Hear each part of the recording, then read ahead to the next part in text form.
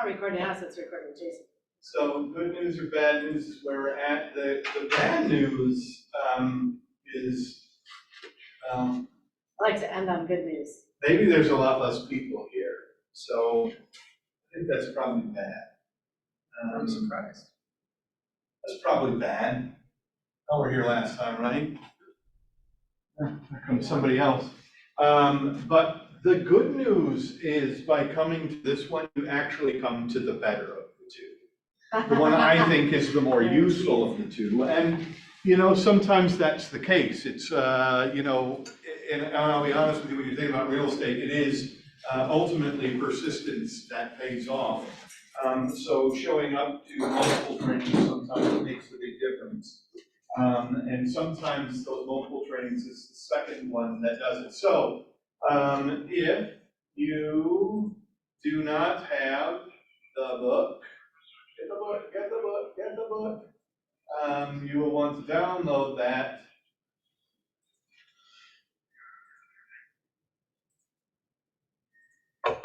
Right there. If you don't have the book, you will want to download the book right there, right there. There it is, now it's on the screen. Because having that book is super useful. Not only is it useful to have the book, but we're going to talk about why it's useful to have the book. Because when you know this stuff, you know it, right? You're good. You know it. You've never forgotten anything in your life, so you're not going to start now. Not me. Never forgotten a thing. I remember exactly where I was when I was 2 years old, you know, 50 years ago today, exactly. I've never forgotten a single thing. I don't know where that was, but you get the idea. I've never forgotten anything. But you do forget. So having that book is super useful, but that's not the only reason it's going to be useful today. Because I want to start out by talking about a 36 touch program, because last time we were here, we talked about mortgage products for new buyers, but today we're going to talk about mortgages and how they can, what we can do with people with existing mortgages. Okay, so we're going to talk about that, people with existing mortgages. Some of these people are going to be in your contact database already. They might be people you know. They might be your clients. They might be just wandering down the street and you're hoping to get to know them. So in the end, our goal today is to talk about what we can do for clients, potential clients, friends, family, etc., who have mortgages already. And one of the first places we talk about is the 36 touch program. Everybody here have heard of the 36 touch program, right? How many touches are in a 36 touch program, would you say? 36. Would you think? You think? Sounds like it, but that's just a concept. If you touch them 72 times, it's not a crime. What's important when you're talking about a 36 touch program isn't exactly the number of touches. Matters because we know from a general standpoint that every 10 days is about the right time frame to stay top of mind. But I will promise you this, of those 36 touches you make, some are going to provide a lot more value than others. And making your touches valuable is very important, right? I mean, look, if my 36 touch campaign consists of me every 10 days sending you a picture of myself talking on the phone or walking my dog, that's not a 36 touch program, right? That isn't there. It doesn't do a couple different things. And these are the things we need to think about. Are my touches needed and useful? Because if my touches aren't needed and useful, they're not at the upper echelon of my touches. If they are unneeded and unuseful, i.e. a picture of me with my dog or my high school prom or picture or something like that, they're not needed by who got them. They're certainly not useful. They might be entertaining, and that doesn't mean they don't have a place in my 36 touch program. It means that that can't be the bedrock of my 36 touch program. And if I'm going to drive a 70 touch program, those are being all over the place, right? If I think about my social media, reaching out to people, if my social media touches are unintentional, those are not real touches, right? Because they don't provide value and they're not useful. And in order to be needed for a client, and in order to be useful for a client, they must do one of two things. They must either save them time or they must save them money. That's how you know if it's needed and or useful. If it does not save me time or money, it's likely not needed and it's likely not useful. But if you keep those things in mind, time and money, and my touch needed and useful, and be able to look at some things that help with that process. Touch your clients as many times as you like, through all the various means you do. But make sure that you have ones that are needed and useful. So now, part of this thing, part of this section is really focused on that mortgage piece, right? Because we're going to talk to customers, clients who have mortgages, and how do I get this to them? But I have to overcome one critical piece in this process. And that critical piece is the curse of knowledge. Anybody ever heard of the curse of knowledge? Okay. The curse of knowledge is this. It is an assumption that because I know it, you know it. We all do it. We all do it in a lot of different ways. The simplest example I will give you is me and my wife go meet a friend of mine who she's never met before. Well, I know my friend and I know my wife, so they must know each other. And what don't I do, Sherry? Don't introduce them because I have the curse of knowledge. I know both of them. They must also know this person. The curse of knowledge continues now, especially for you two, in a very different way. And that curse of knowledge is this. You think you don't have it because you're new, but you know way more than the person you're sitting with, chances are, because you actually took time to study all this stuff and learn about it. And now you know more than they do. And yet, because you're so new, your assumption is because you now know this, that it's common knowledge, but it isn't. What you know, you had to actually take time and invest in to know. So not sharing it is not useful. Sharing this is useful, right? Because the curse of knowledge is, wow, I know 4 or 5 ways to save money on a mortgage, but I'm not going to tell anybody because they already know. I mean, everybody already knows that stuff, right? If you hear it, and the first one I do, you probably have heard of this particular thing. You go, well, I already know that. But your clients don't. Some of them might. Nobody who learns something like that looks at something and says, wow, I could save money. Boy, I don't know why you're sharing that with me. What a jerk. Right? That's the curse of knowledge, where you think people don't want to hear from you because you know something. Of course, if you know it, everybody knows it. If you don't, they don't. You've got to share it in order for that to happen. So, as we talk about these things, why is the book suddenly important? I'll be honest with you.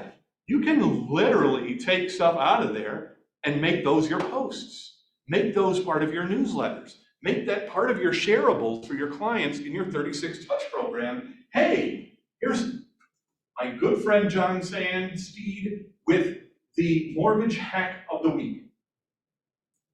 Bam, and you just talk about it. It's a 3-minute video. You're off the thing. Boom, yeehaw. And you've got video content for a month, 2 months probably, 3 months, who knows? But the point is, how often can you repeat those? Let me ask you that. How often can you repeat something like that? Be honest with you. You can throw a lot of repeats up there. People love to get this stuff repeated. And in fact, the more you can repeat it, the more likely it is somebody actually sees it, right? If you've been fortunate enough to be part of the Market Center for any length of time, you might know that if we have a new event, we put it in a Friday email. And we put it on the Facebook. And we put it on the Keller Williams Preferred calendar. And you can do all those things.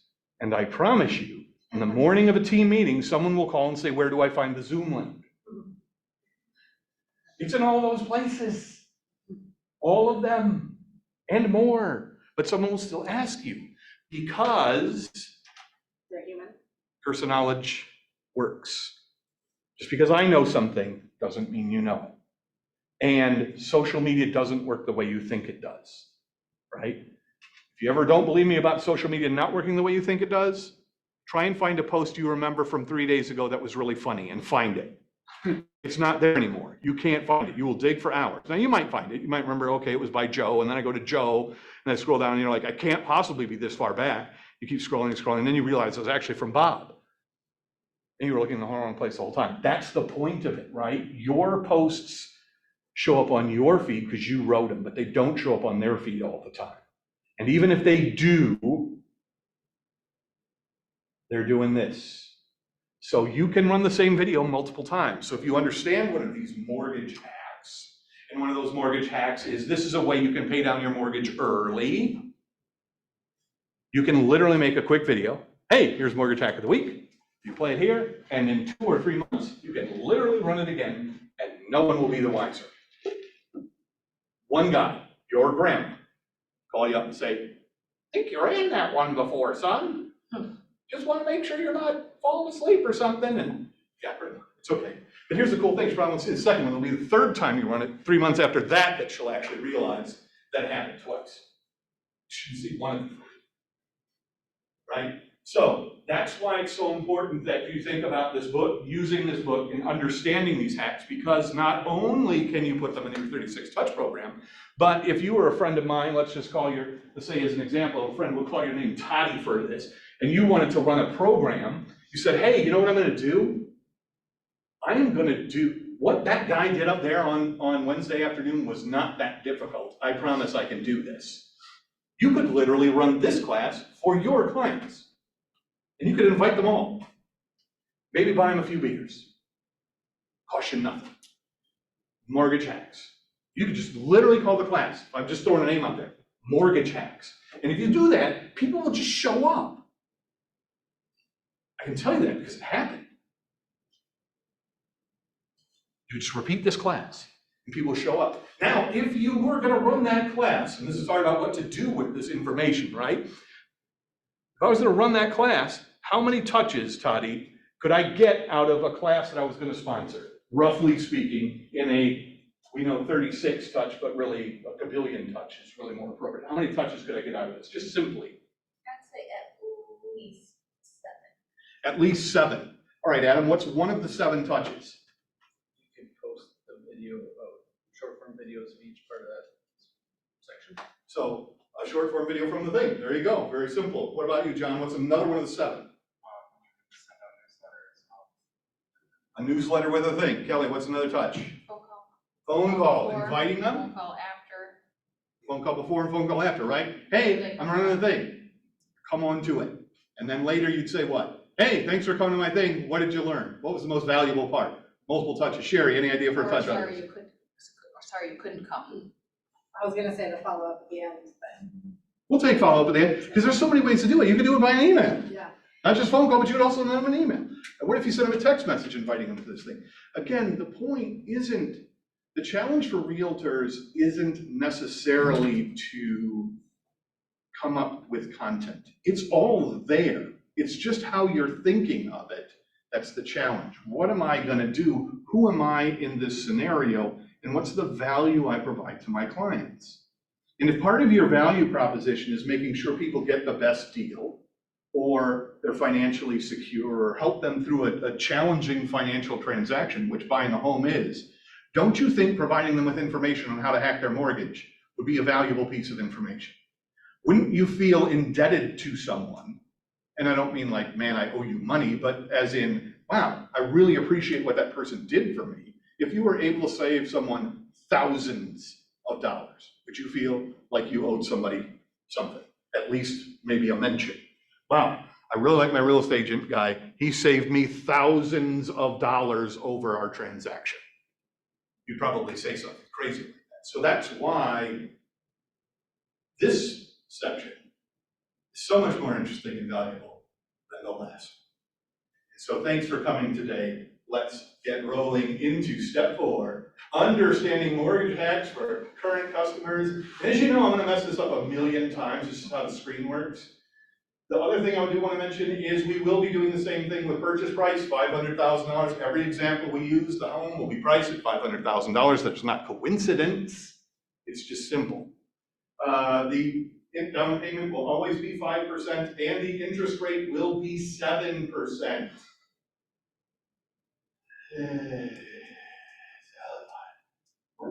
I still think that one's crazy. But here's what we're going to talk about today. By building value, gentlemen, they can use early payout packs, HELOC, removing PMI. Sherry, how big a deal was it the first time you removed PMI from your house? I'm assuming it's happened already. It was a good $300 a month difference. That's a huge impact. It's a huge impact, and especially, as we talked like last time, some financing things for new home buyers, they're gonna end up with PMI. And getting that off there is one of the fastest ways to cut down their payment, right? But some people don't even know that's a thing. It's just built in. They don't even know because you can't do it on day 7. It's a couple years down the line. Toddy has a cue. I'm sorry, what's PMI? What is PMI? You, yes, Adam. That's what see how I just did that? I looked right into it, I said, yes, Adam. Oh, it's a private. Go, John. Insurance. Oh, okay.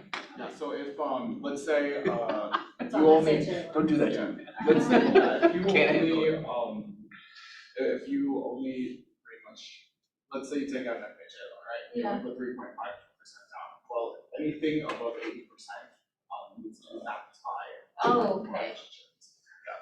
So what's cool about PMI is that you are paying for insurance in case you lose your job for your mortgage to be paid. Now, here's the thing. When I say for your mortgage to be paid, I mean, so the bank gets its money. I don't mean you get to keep the house. I mean, the bank gets, you are paying Right. for the bank to be insured for losses you cause. You're not getting anything out of this. And everybody else who has PMI. You can only remove that at the time of purchase? No, Once you're at 80%, okay, 20%. or 20% equity, Yeah. 80%. I thought after 18, 80-20. if you remove early, you can remove it early. I was trying to explain the 80-20 ratio, Yeah. but it wasn't coming out. And we'll get there. Maybe you're. Getting rid of your escrow account, another way, house hacking, And then maybe. refinancing to shorter Because I know terms, 20 and falls making off. payments with a cashback card That's are the all best. ways you can save money. I need to read it more. I was just thinking that insurance, So, several early payoffs. We're gonna start with the easy one. And remember, I told you, you're gonna think, well, yeah, I knew that, man. And your customers might even know that. They might know that. But the extra loan payment a year, if you make an extra loan payment a year, you can reduce the amount of interest you pay over the life of the loan by a substantial amount. So in a 30-year loan, if you were to make one extra payment a year, again, $500,000 house, 7% interest, 5% down, your total interest paid will go from $662,000 to $506,000 if you make one extra payment a year. Now, when am I gonna pay that? The reason this matters, and we'll get to that, I got you. The reason this matters is because interest from your bank is computed daily. So the sooner you pay, the less interest that accrues. And that's an underlying principle for this whole thing. Your interest accrues daily. Every day you pay interest, the percentage of the interest that you pay. Right? So if you have, let's say, you were lucky to get a 3.65 interest rate, you pay 1 per 0.001 every single day, right? That's how that works. 365, right? 7.3, you pay 0.002 every single day. Goes in there. So if the amount you're paying interest on any given day is less than expected, you pay less interest than expected. John, how am I going to get to an extra loan payment a year? Actually, I don't think my answer is correct, so Go ahead, throw it out. Okay, well, I was thinking one way is pretty much making the payment daily throughout the year, or you could just do one lump sum right at the beginning of the year. Right at the beginning of the year. How about like if you got your tax, hey, tax time is coming around. Did you know that at this rate, you could save $160,000 this year over the course of your loan if you just put 1 month extra payment in? Now, old folk, smart folk, been there, done this. Keep in mind, some of your banks have written in prepayment penalties. So we need to know that. And that's a real butthead thing to do. But they exist, not often, but they do exist. And we talked about that one payment. I did mention that you would save $156,000, but you also shaved 6 years off the loan.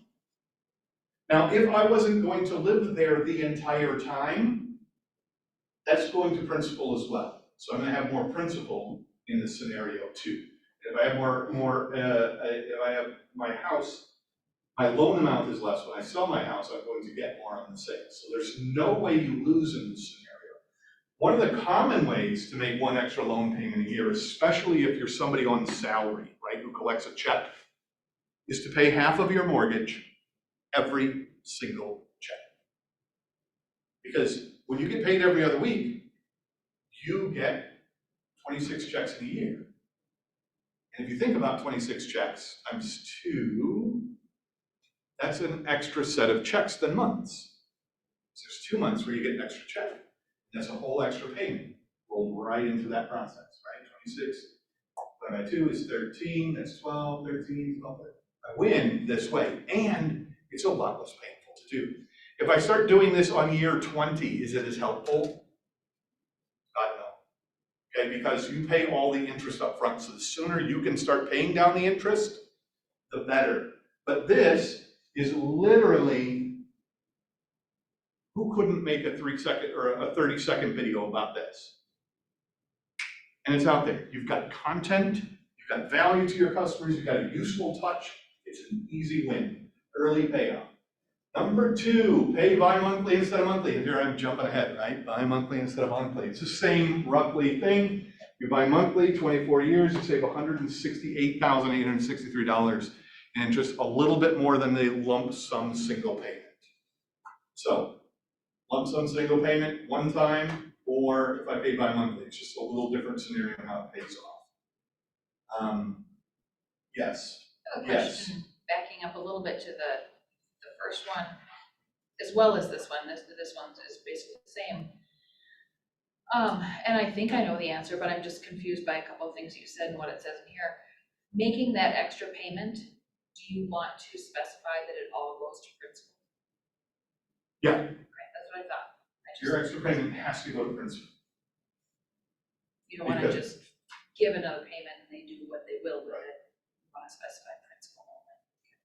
That's what, like I said, that's what I thought. Just wanted to check. Yeah, by doing that, on the other side, if you're doing this, if you're just paying every 2 weeks, they don't have anything else to do.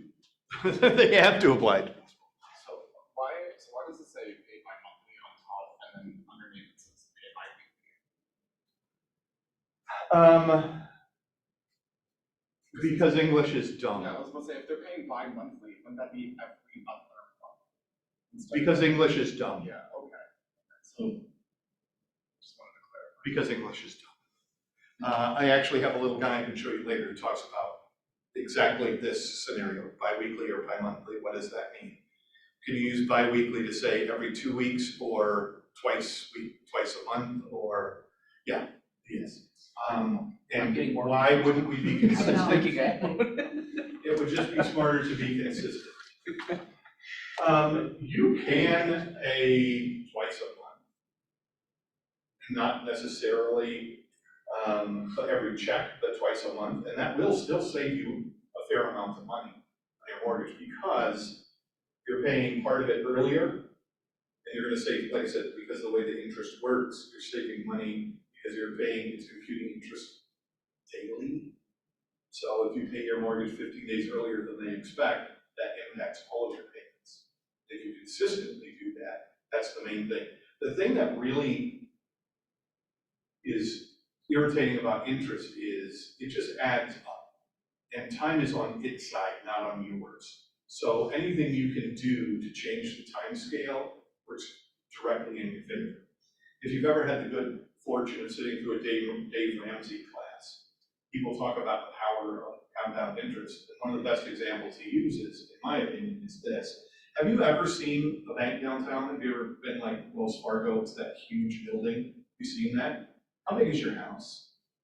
Is it that size? No. They understand compound interest and you don't. And that's why their building is huge and yours is small, right? Because you don't understand that over time, compound interest works. And if you start to understand that, then you start making a lot of changes, right? Because it's not what I do at the gym today that matters, it's what I do every day at the gym that matters. That's the compound interest flow, right? And It's the same thing with your money. Is money working every day or just one day, one time? Well, here's to tell you, if you do it once a year, it's still a pretty good deal. But you do have to do it consistently in order for it to work. Round up the payment. By increasing the monthly payment to a round number, borrowers of money and the interest paid over the life of the loan, shorten duration. By rounding up from 3160 to 3200 on this thing, $32,000 is saved. $32,000 by paying $40 extra on a payment. Again, what matters is the consistency with which you do this. But honestly, my loan is now almost 2 years shorter, and I'm going to save huge amounts of interest. That's a huge win, and it costs you next to nothing. And by the way, there's another 3 minutes of content. Right? I mean, boom. Here's another trick idea hack. And this is the kind of thing you present with that. Give them an idea. What does that look like? Right? So, number 4, $1 a month plan. Each month increase payment by $1. If you do this successfully, you can shorten your mortgage by 8 years. Every payment, you just make the payment for $1 more. Month 1, make $900. Month 2, $901, $902, $903. You barely notice the dollars, because it's just $1 more each month, and you have to figure out, oh, I can do that, right? Bam. That's a huge deal. And you can reduce the term by up to 8 years. It's a huge impact. And we know that 8 years is something in the air. In this particular case, it's 32, just a trouble. Surprise bonuses or to make extra payments. This rate goes back to that one-time year annual extra payment, right? If I just, hey, I got a bonus this year, my Christmas bonus, instead of spending on Christmas presents, I gave myself an 8-year Christmas present, spending on my mortgage. That's a pretty huge present. I'm investing in myself and my time, right? If I did that with my tax return, instead of going on vacation with that tax return, I just budget for a tax return, but I use that money to pay down my mortgage, I'm gonna win and save a lot of money. So that's a big, and kind of a simple one, right? Those are all ways to do that first step. Now 2, home equity line of credit. A HELOC, right? You were in the class earlier today when Scotty was talking about different things on the form. You're gonna bring up a HELOC and a home equity line of credit. Those are different words. People don't even know that they're the same thing. So make sure that you're not afraid to talk about both. But a line of credit secured by home gives borrower a revolving credit line, typically has a lower interest rate than some other loans, and can be tax deductible. I know that in my own life, one of the values of our HELOC has been, I don't pay taxes on that. That money comes back, it's considered, the interest is an expense out of my income, which is a big benefit. There's several ways you can do that, but instead of using a credit card to finance repairs on your home, a home equity line of credit is borrowing against the value you have in your home to repair things for your home. And that makes a lot of sense. And if you are going to take out credit and loans, again, a lot of Dave Ramsey, if you're going to take out those sorts of things, then investing in your home is a good thing to use home equity line of credit for, because it's wrapped up in itself. And you use the equity without refinancing, you use down payment on a new home while keeping your home, right? That's crazy. Large expenses, higher interest debt, additional line of credit I should say will. As long as you're paying things at a proper time in a proper and timely manner, it'll actually increase your credit score. Because your credit score isn't, can you handle payments? It's, are you good at giving us money? And the more money you give them, the better you are at giving the money. So weirdly, your credit score can benefit by taking out this. Now, don't do it when you're in a mortgage application process. Do not take out additional loans when you're in a mortgage application process. That's super bad. But the HELOC is a good way to benefit your folks talking about that. Removing PMI. Private mortgage insurance is insurance that protects the lender in case an owner should default on their home. It's required for buyers who get a conventional mortgage to make a down payment of less than 20%. As soon as you have an equity position of more than 20%, PMI can be removed with the lender's approval. You have to request that they do a home valuation to determine that can be removed. The cost for PMI in a conventional loan is 0.58 to 1.86% of the original loan. If you have an FHA, you can refinance into a conventional loan once you've gained enough equity to help get rid of the PMI as well. So sometimes conventional loans are at a lower rate, and that can be useful as well. So if you get to that point, refinancing a loan might just be a great step. But that is all triggered at that 20% threshold. So over the last couple of years, if you know somebody who recently bought their home, you know the home values have gone up over the last couple of years, but if they bought it in the last 2 or 3 years, there's a solid chance they gained a fair amount of equity. And if that's the case and they were paying PMI, there's a solid chance they can get out of paying PMI. So again, what does 3-minute content look like? Just talking your way through that. What is PMI? You bought your home in the last 3 years, are you still paying it? If I haven't checked, there's a solid chance you don't need to. Would you consider that sort of advice valuable? I would. And if we're talking about my 36 touch program and am I needed, is what I'm doing needed and useful, that's a needed and useful touch. Think of an example of a not needed and unuseful touch. And I'm going to use somebody here as an example. Sending out a message that says you need to clean your gutters in fall.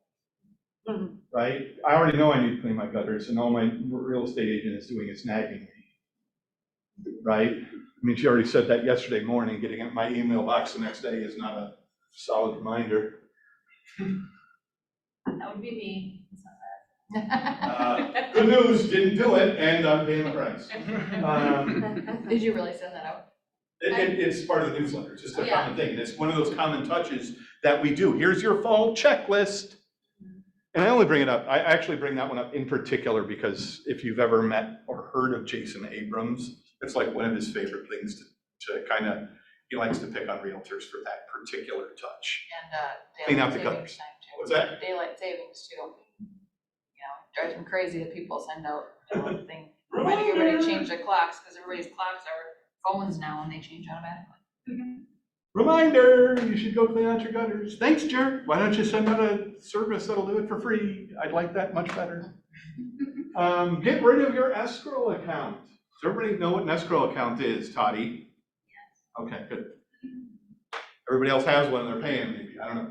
But an escrow account is an account that you use to collect annual expenses like property tax and homeowners insurance. Banks often mandate that borrowers have one at closing to ensure that the funds are there to pay them. Right? That's what it's there for. And to be fair, I've found it convenient not to have to worry about my property tax. Never forgotten about them once, because the escrow account takes care of it. On the other hand, that's my money doing nothing for me. That is literally my money sitting in a bank account doing nothing for me. And after a period of time, you can stop escrowing once you've proven that you pay your bill on a regular basis. And that releases money to you. You still have to pay the money, but if you can budget on your own and pay your bills on your own, that can represent a significant saving in your house bill. Because you're just paying things to the people when they need it, not having a bunch of extra money built in there. Your monthly payment goes down, right? You still have to pay the same, everybody still gets money, but your monthly payment goes down. All right, house hacking. What is house hacking? Maybe you've heard of that. Live in the investment property. Your parents need to move out of their house and downsize, buy a duplex. And on one side, rent out the other side, win. Sorry, parents, you don't get to live in my childhood home anymore. You get to live in a duplex. But next door neighbors are paying for it. So that's not such a bad deal. It's not such a bad deal at all. Or, depending on where you're at in your life, let's say you're a young guy starting out, you just got your real estate license. You start looking for duplexes because that's going to be your first investment property. And I'm going to live on the one side, I'm going to live up top because I don't want you over me. You live downstairs, I get my rent halved, 2/3, 100%ed. I don't have to pay it, you're paying it, and I'm winning every day, right? And then someday I buy my own house and I move out of the top. And now, I have 2 renters, right? That's a huge win if you can do that. House hacking. Refinance to a shorter term mortgage. If you can do it, and we talked about this on the other side, when you're looking at mortgages, you get to a certain point in your mortgage, going from a 30 to a 15, there's a huge savings there. A huge savings. Payments go up, but there's a huge savings. In the end, when you're talking with your clients, this is going back to that sales side part, but when you're talking with your clients about paying interest, in the end, Mr. and Mrs. Customer, potential client, my job is to make sure you pay the least for this house that you do.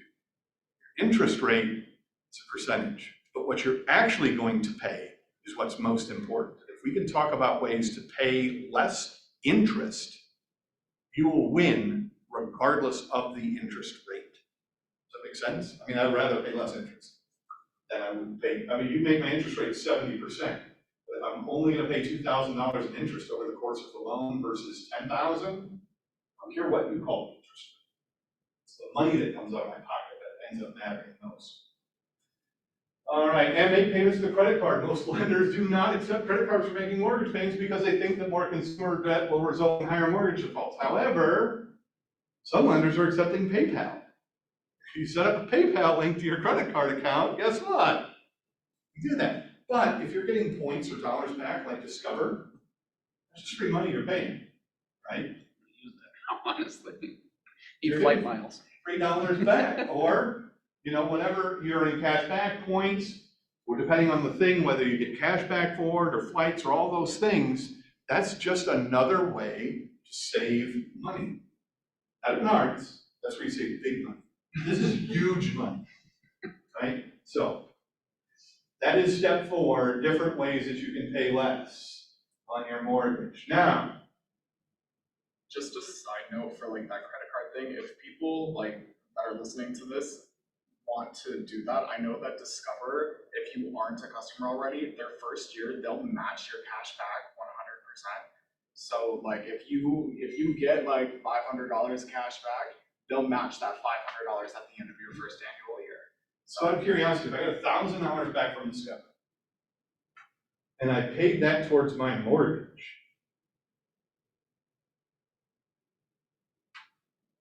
see what we just did there, right? Bring it full circle. I'm winning all over the place. So knowing the mortgage prices your lenders offer goes hand in hand with understanding the market of the moment. Not all lenders are equal, and they don't all do the same thing. And every time I turn around, while I don't, my wife certainly gets an invitation from a lender who wants to discuss business. Well, part of that discussion really should be, what are the new products you're offering? What differentiates? What's out there? What do you have? So that I can talk intelligently about this with my client. Because in the end, what you are offering here can be super important in terms of your existing clients maybe already have a mortgage, right?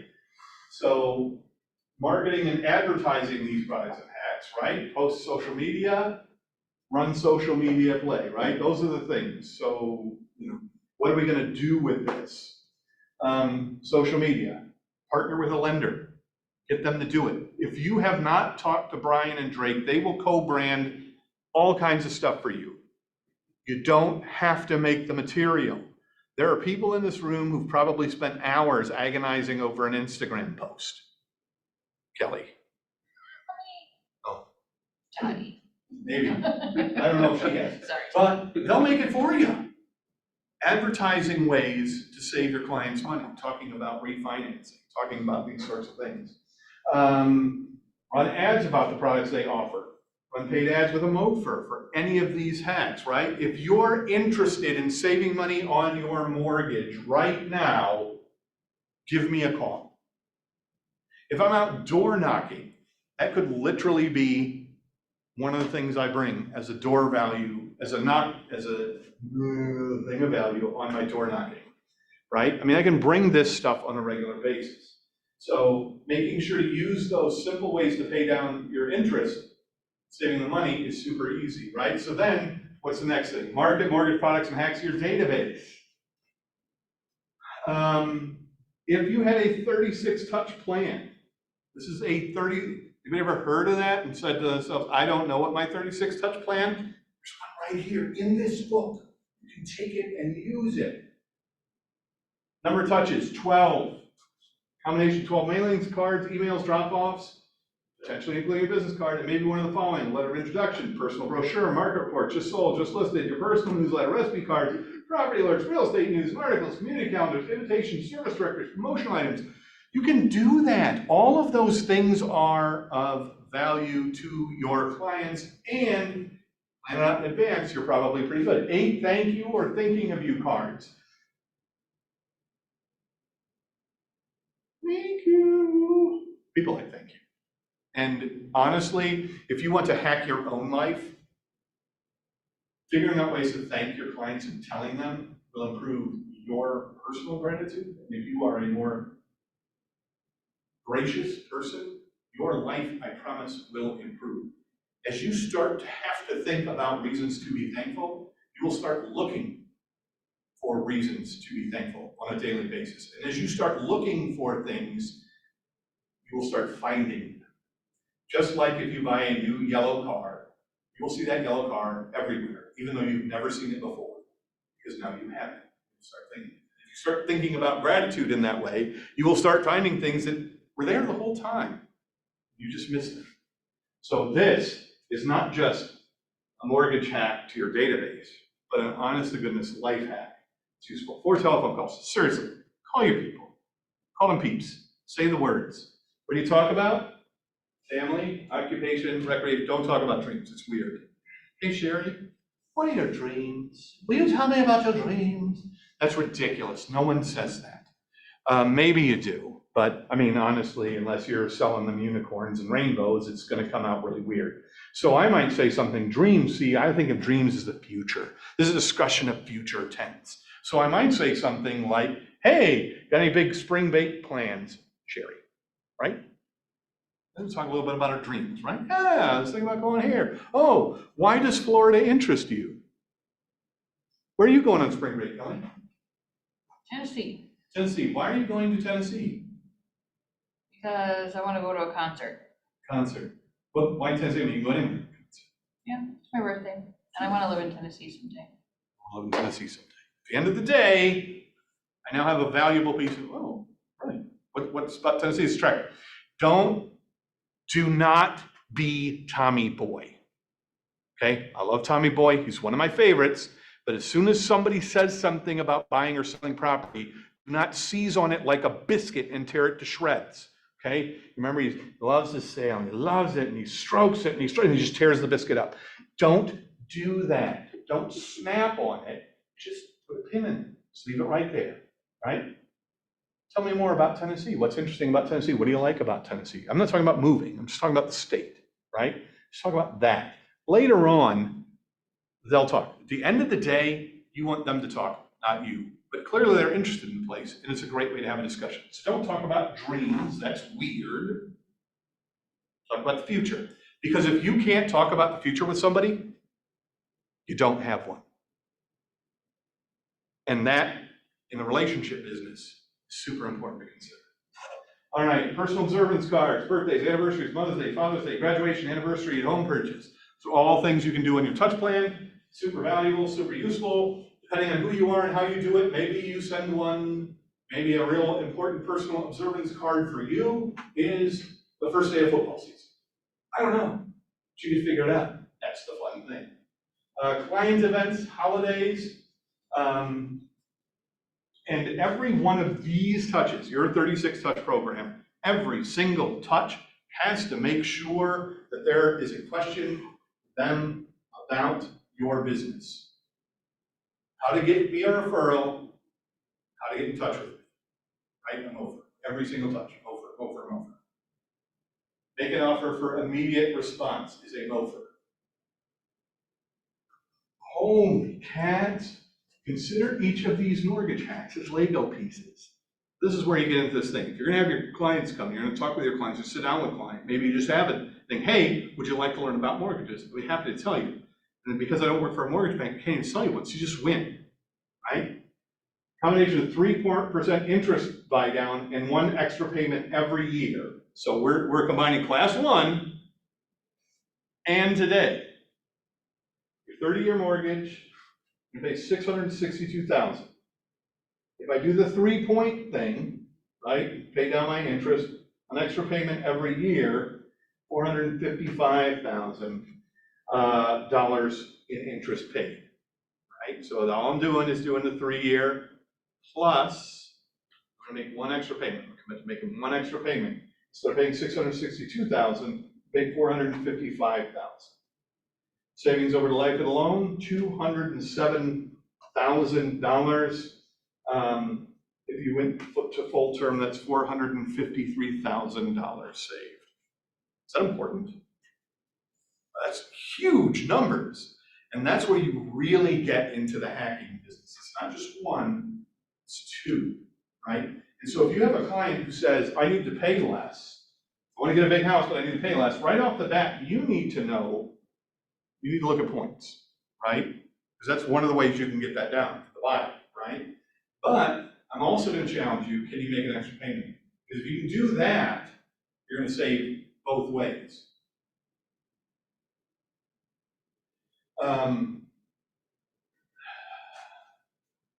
Duration of the loan decreased by 5.5 years. It's a huge impact. You save somebody 16% right off the bat. 16%. The equivalent of this is a great example. The equivalent of this is paying it 5.1% interest. So starting at 7, the equivalent value would be like the same thing as if I had a 5.1% interest rate. So instead of 7, if we talked about this and found a way for your interest rate, instead of being 7% to be 5.1, would you want to go look at homes? I don't know, I'd probably say yeah. All right, well, I have a method for that. Let's go look at some homes, right? They're gonna find a way. At the end of the day, we know the interest rate is not that high. And we can't convince someone to do the work here necessary. My goal is to get them. And 5.1% is a good way to get it. Case study number 2, 30-year loan with a bonus payment. Right, talk about that. One-time payment, $20,000 in the 2nd month of the loan. Just, you know what, I got some money from grandma and grandpa, I can't put it down right now, but I'm gonna put it down later, right? Throw it into the pot. If you were able to do that, the total savings is $121,000, right? You're expecting to come in some money. So who is this valuable for? Well, I know I'm gonna get some money down the road. I'm just gonna wait to look for houses until then. Right? That's what they say. Say that. This would be like bringing it down. If you're able to do that and look at it today, instead of being at 7%, be 5.9. You're gonna save $121,000. If you go ahead and get the house now, when you get that money, just pay it down. You're still gonna win. And in fact, you're building equity in the meantime. That's a huge win for you. Because you want to be building equity as soon as you can. Would you not be actually winning more because you're saving $120,000 instead of spending $20,000 Well, upfront? I mean, your loan, if your 20,000 is down, your first payment is gonna be, Okay. you're not gonna be better off, but you're not gonna be worse off. If that makes sense. 15-year and a roundup payment. So if I did 15-year and a roundup, total savings, $426,000, right? Shorter term, rounding up to the nearest number, $426,000. This is what I like. This would be equivalent to a buyer locking in a 2.9% interest rate over a 30-year mortgage. You can do 15 plus a roundup. Who can do that now? First time buyer? Let's just examine Toddy, for example. Say Toddy's our first time buyer example. Do you think Toddy can do 15-year mortgage instead of 30? She's probably a really good realtor, so yeah, I'm sure. She's probably good with her money, but probably not, right? I mean, honestly, probably not. Because she's gonna be looking towards the higher end of what she can afford to buy. Mhm. Because she's not coming in with equity from a previous home. Mhm. A 15-year mortgage is way more likely with an existing homeowner, right? Because they already should have some equity built up in that house. If they've been in there and you went on Remine and you found somebody who's been in their house for 15 to 20 years, but they're looking at downsizing, right? 15, 20 years looking at downsizing, all of a sudden a 15-year loan is very practical. And the reason that person doesn't want to do this is because their loan is at a lower interest rate. So if I can show you how to get that loan rate down, Mr. I've been in this house for a long time, I have a fair amount of equity. I can show you how a 15-year loan instead of a 30-year, and just rounding up, can save you money and get your interest rate down to an effective interest rate that's even lower than what you're paying now. Would that be a win? That'd be an amazing win for that person. Again, how do I talk about this to bring the value to the client? 4-point buy down bonus payment, well, that's just gonna be silly. I mean, look, if you can get somebody to do a 4-point buy down for you, that's gonna be a huge impact. And a bonus payment, you're paying every other month. I mean, there's no question that's gonna be a huge amount. The loan decreases 9 years. That's the biggest thing we've seen so far, right? Really, other than the 15-year, which was automatic. That was gonna be. Yeah, but 9 years and equivalent to a 4.1 versus a 7.1. Huge impact. But when you combine these two things, these multiple options, that people start really winning. 15-year mortgage compared to 30, we've done it before, but just a straight 15-year, and this is a 15-year loan at 6%, and the 30 is at 3.5. Right? So I have a 30-year mortgage, paying 3.5% interest. It turns out, if I bought the same house and switched it to, I bought a house for the exact same amount I have now, and just switched to a 15-year, then higher payment, I'm gonna pay a lot less in interest. At the end, it's not the percentage that should bother you. It's the amount of interest you're paying. When you'd have, after 15 years of whole home equity, then you wouldn't be paying for another 15 years. We're chopping all kinds of ways, but we're just saying flat out, well, let's just take, let's say Kelly and I own our current house. We've been there for 30 years, and our house, we end up with, let's say, just $200,000 in, for the sale. We clear $200,000. If we went out and bought a $700,000 house, we sold our house for $500,000, we made $200,000, right? If we went about $700,000 house and agreed to make this 15-year mortgage, I'm still better off paying less in interest over the life of that loan than I would be by staying in my own home, and I've got a better house at $700,000 than that, right? And there's also the potential where your point is, where if I took some of that money and paid down my loan and went with a 15, so I'm gonna actually have less loan, probably gonna end up in a great place. So the problem that we've got when we talk about the hack is being mind locked into a 30-year loan. I don't want to, I've got a great interest rate on my 30-year loan. Yeah, and you're paying that interest for another 20 years, brother. Right? I mean, that's the truth of it.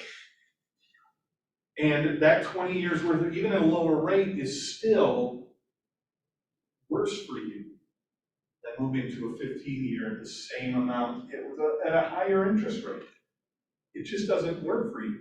So a 30-year mortgage, you want to get a new house, 30-year mortgage, Tati's gonna build a new house, she's a new gal, she's gonna go out and get a new house, so they're offered a 3-2-1 buy down. And the bank offered to do a free refinance if the rates come down. Right? In a year. Right? If rates come down in a year, I'm just waiting for rates to come down. Well, if they really come down, bank's gonna offer you that option. That scenario, save $171,000 over the life of the loan. Again, these were not paid by doing this differently. And it would be equivalent to a 5.4% interest rate rather than 7.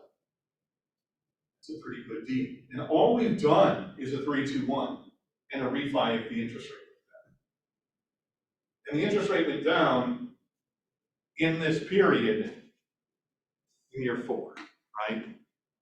So if it went down anytime before that, I'm still winning. But somewhere in the next 4 years, the interest rate went down. That's pretty good. Seems like a reasonable number. Might not be accurate. And if it isn't accurate, and the interest rate keeps going up, you still won. You just won a different way.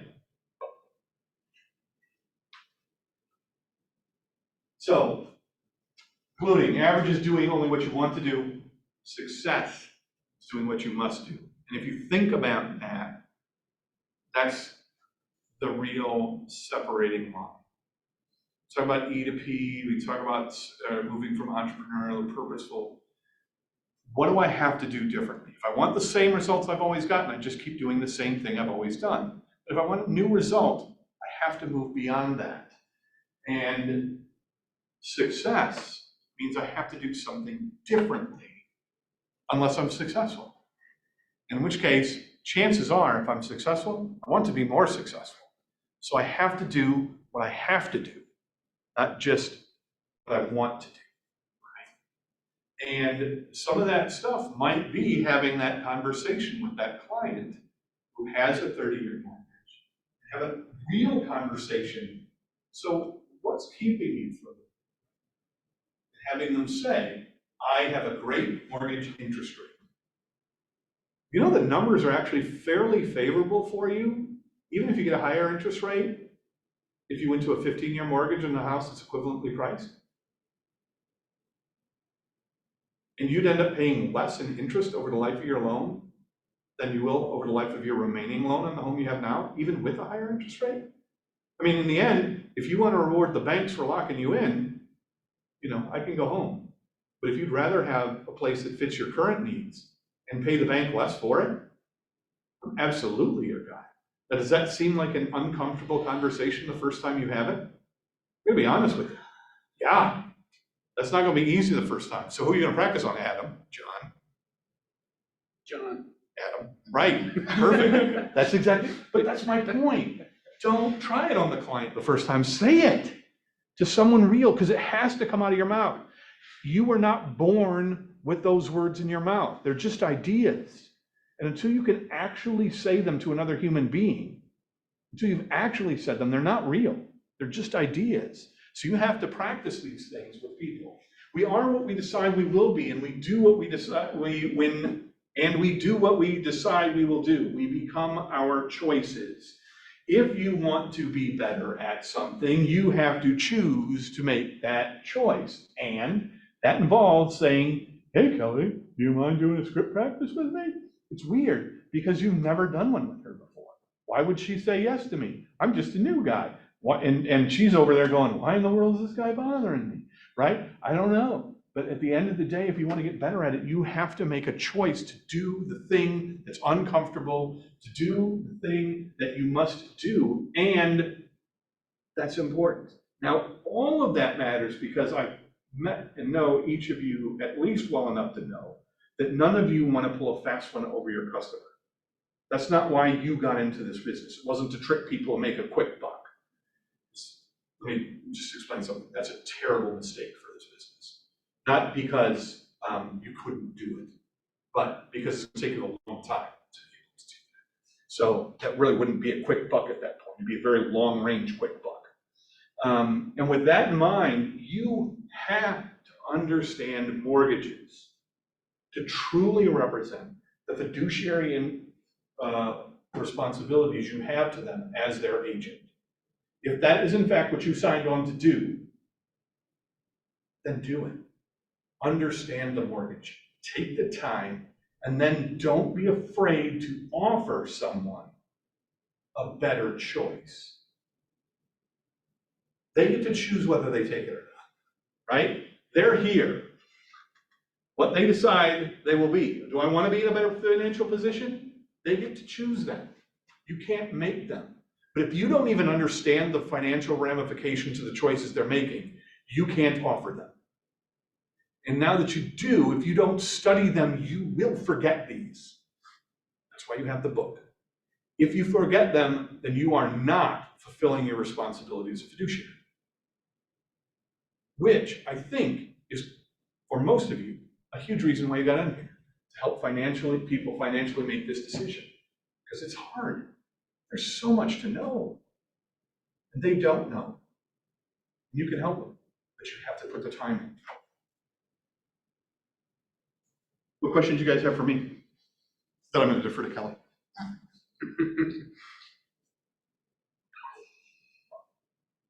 No questions. I already talked to the first half with some cousins about the mortgage stuff.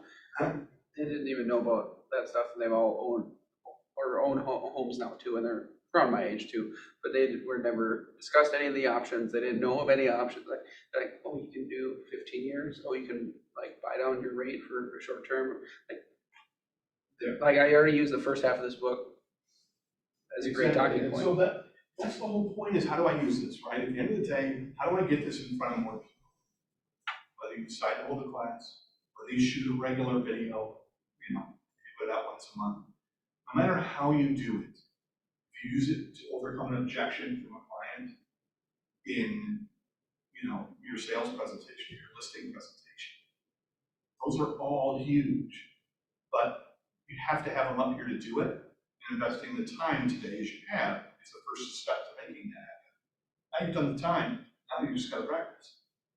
Say the magic words, because that's how And that's a great way, if you were to make a video with what you just said, a great way to start it would be, hey, I was talking to some people, and you don't need to identify them as your cousins or anything like that, but talking to some people who were homeowners, and even though they own a home and they've gotten a mortgage before, they didn't realize that blah, blah, blah.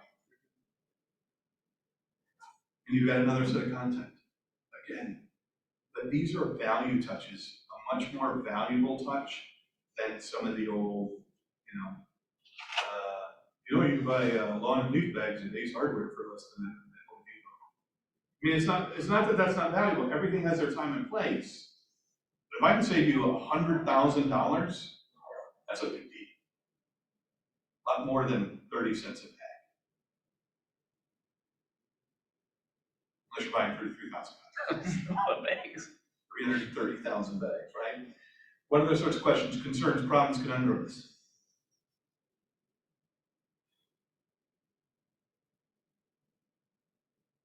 Better than the first half? More useful than the first half? I thought the first half was I was useful. gonna say the first half was great for me too. But just both home runs out of the park. I just really like the second half, because it's like real to me. Yeah. The first half, I'm not in that place anymore. And that's kind of the curse of knowledge part, right? Because the first half to me felt curse of knowledge. Yeah. That's where I was like, oh my God, all this stuff. Yeah. To me, I was like, all right, I know this stuff. Everybody knows this stuff. It's not true. That is the curse of knowledge at work. And don't be afraid. Be on guard against that. Because it happens. What you know is unique. And don't be afraid to share these sorts of things, because the more you share them, the more people know you're genuine, legit.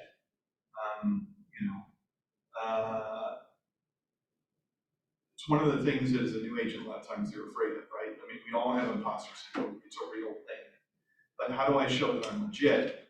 This is part of it. Understanding the market, being able to relate that to people. And when they see that you've put the time in and done some work and know what you're talking about, the rest of it's easy. You get a great personality. It's fun to talk to. So that's the win. You just got to make sure you pay the entry fee. Put the ante on the table so you can play cards. This kind of stuff is the ante. But this stuff isn't even better ante. Cool. Aaron, cool? Monique, you're probably asleep, Monique. It's probably past Monique's bedtime.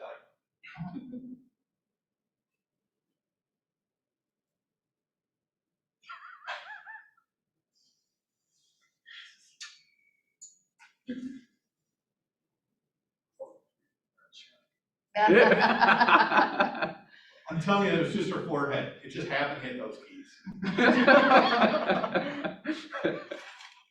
All right, well, thanks everybody for coming. We'll see you next time. Hey, next week, and I will show you this while we're here.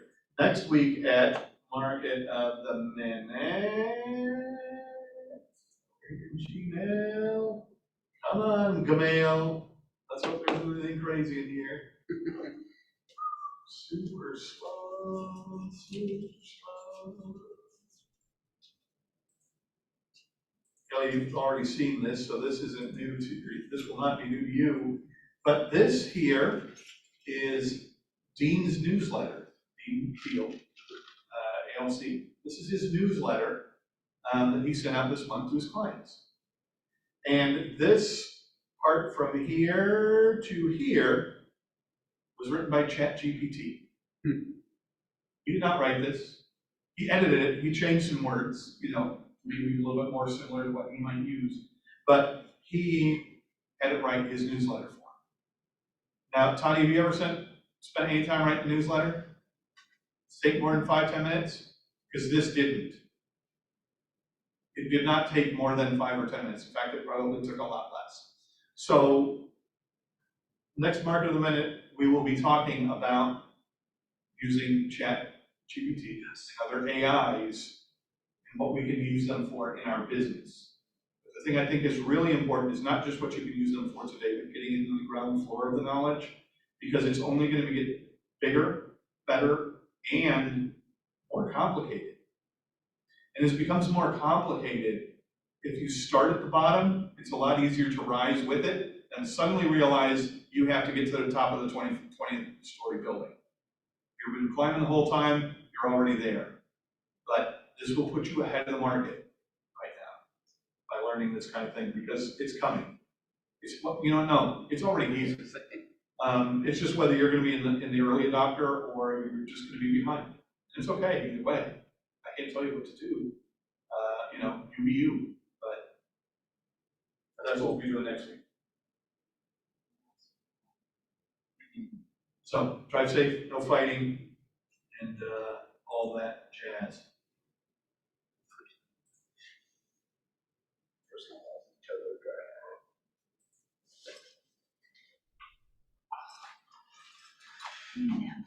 Yep.